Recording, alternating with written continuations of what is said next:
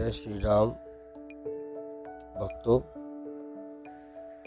आशा करता हूँ आप सभी कुशल से होंगे। चलिए श्री रामचरितमानस की कथा को अब आगे बढ़ाते हैं। ब्रह्म का निरूपण, धर्म का विधान और तत्वों के विभाग का वर्णन करते हैं तथा ज्ञान वैराग्य से युक्त भगवान की भक्ति का कथन करते हैं। इसी प्रकार माघ के महीने भर स्नान करते हैं और फिर सब अपने अपने आश्रम को चले जाते हैं। हर साल वहाँ इसी तरह बड़ा आनंद होता है। मकर में स्नान करके मुनिगण चले जाते हैं। एक बार पूरे मकर भर स्नान करके सब मुनीश्वर अपने अपने आश्रम को लौट गए। परम ज्ञानी याज्ञवल्क्य मुनि को चरण पकड़कर भरद्वाज जी ने रख लिया। आदर पूर्वक उनके चरण कमल धोए और बड़े ही पवित्र आसन पर उन्हें बैठाया। पूजा करके मुनि याज्ञवल्क्य जी के सुयश का वर्णन किया और फिर अत्यंत पवित्र और कोमल वाणी से बोले, हे नाथ, अच्छा वो उनको क्या है? याज्ञवल्क्य मुनि से काम था भरद्वाज मुनि को, तो अकड़ के तो बोल नहीं सकते, इसीलिए कोमल वाणी से बोले। क्या बोले? हे नाथ, मेरे मन में एक बड़ा संदेह है। वेदों का तत्व आपकी मुट्ठी में है, अर्थात आप ही वेद का तत्व जानने वाले होने के कारण मेरा संदेह निवारण कर सकते हैं। पर उस संदेह को कहते मुझे भय और लाज आती है। भय इसलिए कि कहीं आप यह न समझें कि मेरी परीक्षा ले रहा है। लाज इसलिए कि इतनी आयु बीत गई, अब तक ज्ञान न हुआ। देखिए, मुनि भरद्वाज जी लजा रहे हैं ज्ञान के अभाव के लिए, और एक हम और आप लोग हैं जो ज्ञान को सुनना ही नहीं चाहते, ग्रहण ही नहीं करना चाहते। उसके बारे में चर्चा करना तो बहुत दूर की बात है, और यदि नहीं कहता तो बड़ी हानि होती है, क्योंकि अज्ञानी बना रहता हूं। बाबा तुलसीदास जी कह रहे हैं, अगर नहीं कहूँ ये बात तो इससे बड़ा नुकसान है। मैं अज्ञानी बना रहूँगा, मुझे ज्ञान ही नहीं होगा। हे प्रभु, संत लोग ऐसी नीति कहते हैं और वेद पुराण तथा मुनिजन भी यही बतलाते हैं कि गुरु के साथ छिपाव करने से हृदय में निर्मल ज्ञान नहीं होता। यही सोचकर मैं अपना ज्ञान प्रकट करता हूँ। हे नाथ, सेवक पर कृपा करके इस अज्ञान का नाश कीजिए। संतों, पुराणों और उपनिषदों ने राम नाम के असीम प्रभाव का गान किया है। कल्याण स्वरूप ज्ञान और गुणों की राशि अविनाशी भगवान शंभु निरंतर राम नाम का जप करते रहते हैं। संसार में 4 जाति के जीव हैं। काशी में मरने से सभी परम पद को प्राप्त होते हैं। ये सत्य बात है, इसको यथार्थ मत समझना भक्तों। हे मुनिराज, वह भी राम नाम की ही महिमा है, क्योंकि शिवजी महाराज दया करके काशी में मरने वाले जीव को राम नाम का ही उपदेश करते हैं। इसी से उनको परम पद मिलता है। हे प्रभु, मैं आपसे पूछता हूँ कि वे राम कौन है? हे कृपा निधान, मुझे समझा कर कहिए। ये मुनि भरद्वाज जी याज्ञवल्क्य मुनि से विनती कर रहे हैं। एक राम तो अवध नरेश दशरथ जी के कुमार हैं। उनका चरित्र सारा संसार जानता है। उन्होंने स्त्री के विरह में अपार दुख उठाया और क्रोध आने पर युद्ध में रावण को मार डाला। हे प्रभु, वही राम हैं या और कोई दूसरे हैं जिनको शिवजी जपते हैं? आप सत्य के धाम हैं और सब कुछ जानते हैं। ज्ञान विचार कर मुझे बताइए प्रभु। हे नाथ, जिस प्रकार से मेरा यह भारी भ्रम मिट जाए, आप वही कथा विस्तार पूर्वक कहिए। इस पर याज्ञवल्क्य जी मुस्कुराकर बोलते हैं, श्री रघुनाथ जी की प्रभुता को तुम जानते हो। तुम मन, वचन और कर्म से श्री राम जी के भक्त हो। तुम्हारी चतुराई में जान गया। तुम श्री राम जी के रहस्यमय गुणों को सुनना चाहते हो, इसी से तुमने ऐसा प्रश्न किया है। मानो बड़े ही मूढ़ हो, कुछ जानते ही नहीं हो। हे तात, तुम आदर पूर्वक मन लगाकर सुनो। मैं श्री राम जी की सुंदर कथा कहता हूँ। बड़ा भारी अज्ञान विशाल महिषासुर है और श्री राम जी की कथा से नष्ट कर देने वाली भयंकर काली जी है। श्री राम जी की कथा चंद्रमा के किरणों के समान है, जिसे संत रूपी चकोर सदा पान करते रहते हैं, कभी उनका मन भरता नहीं है। ऐसा ही संदेह पार्वती जी ने किया था। तब महादेव जी ने विस्तार से उसका उत्तर दिया था। कैसा संशय, जैसा मुनि भरद्वाज जी कह रहे हैं कि ये वही अयोध्या के राजा भगवान राम हैं या कोई और राम है। पार्वती जी ने भी ऐसा ही संशय किया था।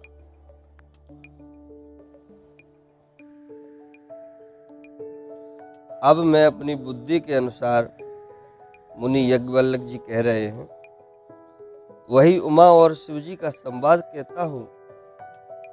वह जिस समय और जिस हेतु से हुआ, उसे हे मुनि तुम सुनो, तुम्हारा विषाद मिट जाएगा। एक बार त्रेता युग में अगस्त ऋषि के पास गए। कौन गया? शिवजी। उनके साथ माता जगत जननी भवानी सती जी भी थी। ऋषि ने संपूर्ण जगत के ईश्वर जानकर उनका पूजन किया। अगस्त ऋषि ने शिव जी का पूजन किया। मुनिवर अगस्त जी ने राम कथा विस्तार से कही, जिसको महेश्वर ने परम सुख मानकर सुना।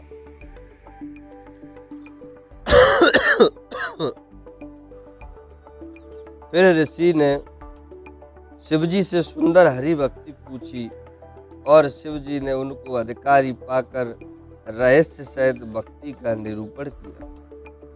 पहले ऐसे ही किसी को कथा नहीं सुनाते थे, जो उसका अधिकारी होता था, उसको सुनने लायक होता था, उसको सुनाते थे। श्री रघुनाथ जी के गुणों की कथाएं कहते सुनते कुछ दिनों तक शिवजी वहां रहे, अगस्त ऋषि के पास। फिर मुनि से विदा मांगकर शिवजी दक्ष कुमारी सती जी के साथ कैलाश को चले। उन्हीं दिनों पृथ्वी का भार उतारने के लिए श्री हरि ने रघुवंश में अवतार लिया था। वे अविनाशी भगवान उस समय पिता के वचनों से राज्य का त्याग करके तपस्वी या साधु वेश में दंडक वन में विचर रहे थे। शिवजी हृदय में विचारते जा रहे थे कि भगवान के दर्शन मुझे किस प्रकार हो। प्रभु ने गुप्त रूप से अवतार लिया है, मेरे जाने से सब लोग जान जाएंगे। अब बताइए, भगवान भोलेनाथ किसी साधारण मानव से मिलने आ सकते हैं? नहीं ना। और वो अगर भगवान भोलेनाथ श्री राम जी से मिलने आएंगे तो सब लोग जान जाएंगे। श्री शंकर जी के हृदय में इस बात को लेकर बड़ी खलबली उत्पन्न हो गई, परंतु सती जी इस भेद को नहीं जानती। तुलसीदास जी कहते हैं कि शिव जी के मन में भेद खुलने का डर था, परंतु दर्शन के लोभ से उनके नेत्र ललचा रहे थे। रावण ने ब्रह्मा जी से अपनी मृत्यु मनुष्य के हाथ से मांगी थी। ब्रह्मा जी के वचनों को प्रभु सत्य करना चाहते हैं। मैं जो पास नहीं जाता हूं तो बड़ा पछतावा रह जाएगा। इस प्रकार शिव जी विचार करते थे, परंतु कोई भी युक्ति ठीक नहीं बैठती। इस प्रकार महादेव जी चिंता के बस हो गए। उसी समय नीच रावण ने जाकर मारीच को साथ लिया और वह तुरंत कपट मृग बन गया। मूर्ख रावण ने छल करके माता सीता को हर लिया। उसे श्री रामचंद्र जी के वास्तविक प्रभाव का कुछ भी पता न था। मृग को मारकर भाई लक्ष्मण सहित श्री हरि आश्रम में आए और उसे खाली देखकर उनके नेत्रों में आंसू भर आए। जब उन्होंने देखा कि आश्रम खाली है, कुटिया उनकी खाली है, वहाँ पर माता सीता जी नहीं हैं, तो उनके नेत्रों में आंसू आ गए। श्री रघुनाथ जी मनुष्यों की भांति विरह से व्याकुल हैं और दोनों भाई वन में माता सीता जी को खोजते हुए फिर रहे हैं। जिनके कभी कोई संयोग वियोग नहीं है, उनमें प्रत्यक्ष विरह का दुख देखा गया। श्री रघुनाथ जी का चरित्र बड़ा ही विचित्र है। उनको पहुंचे हुए ज्ञानी जन ही जानते हैं।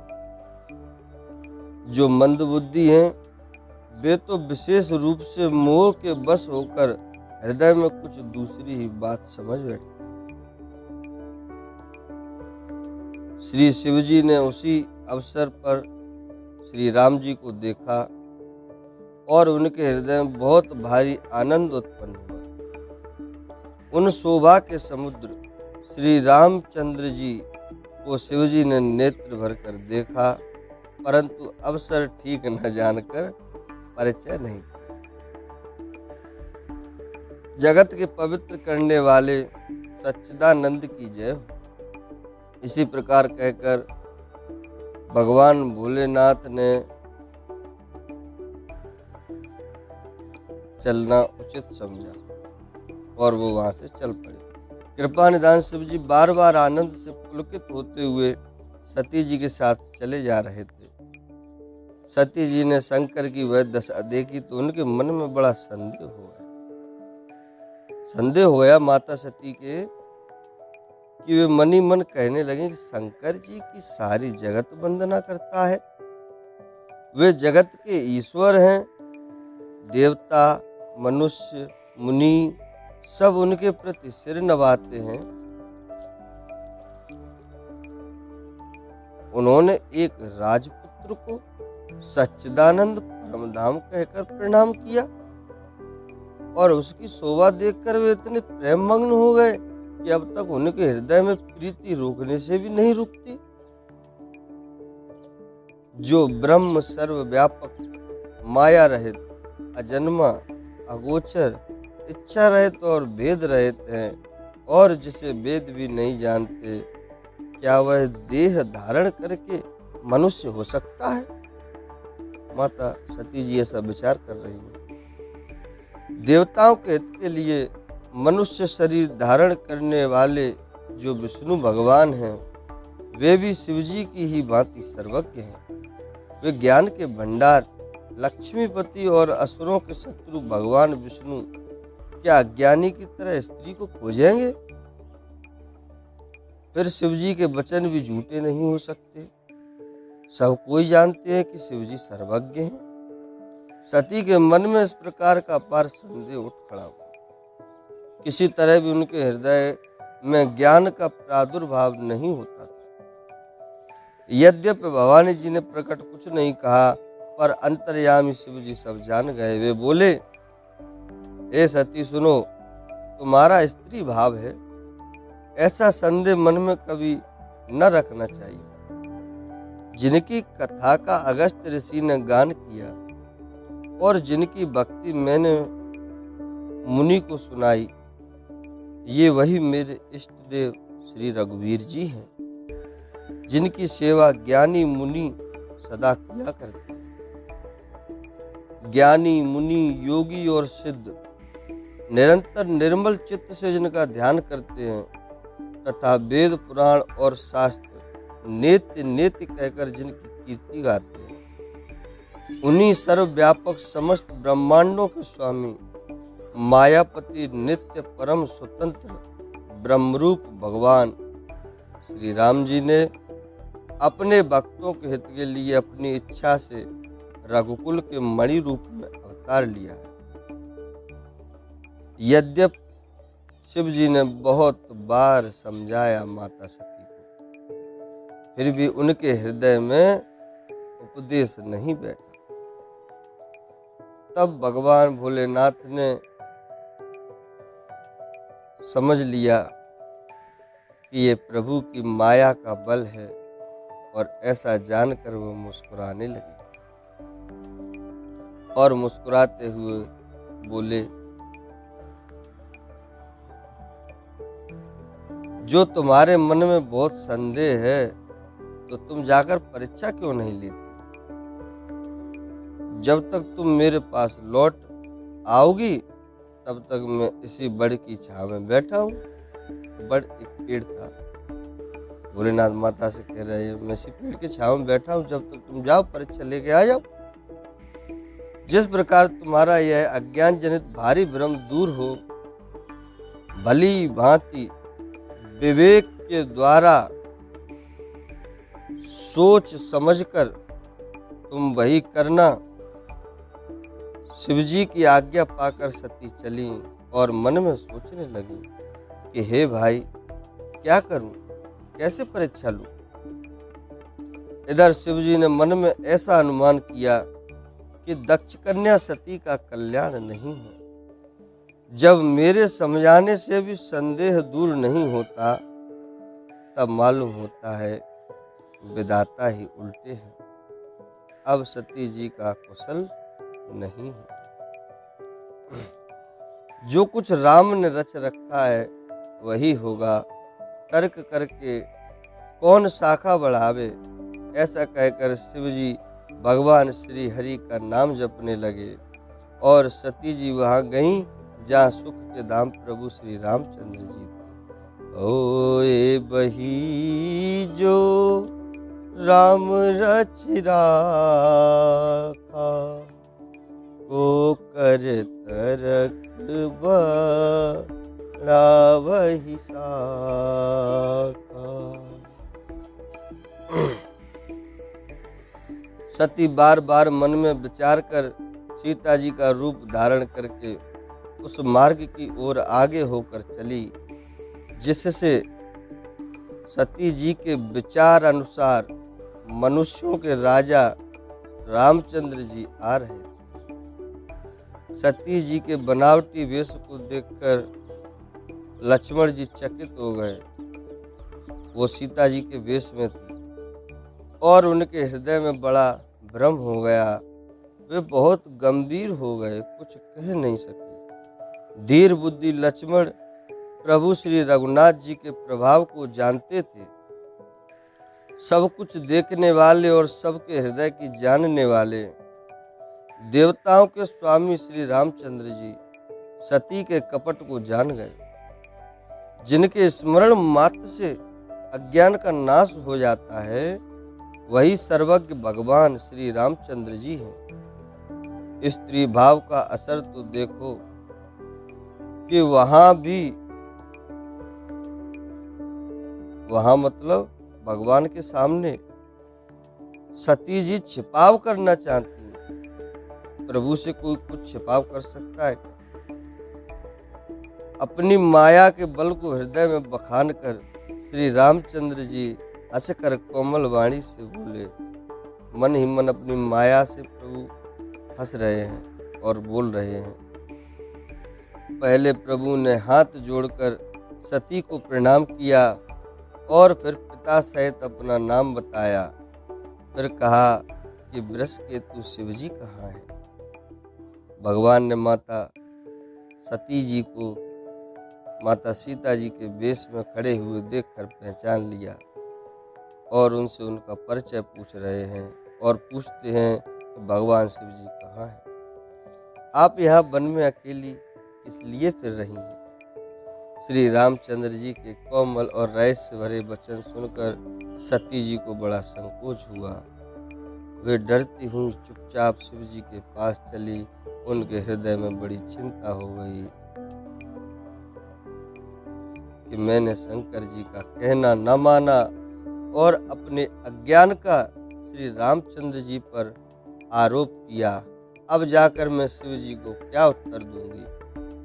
यूं सोचते सोचते माता सती जी के हृदय में अत्यंत भयानक जलन पैदा हो गई।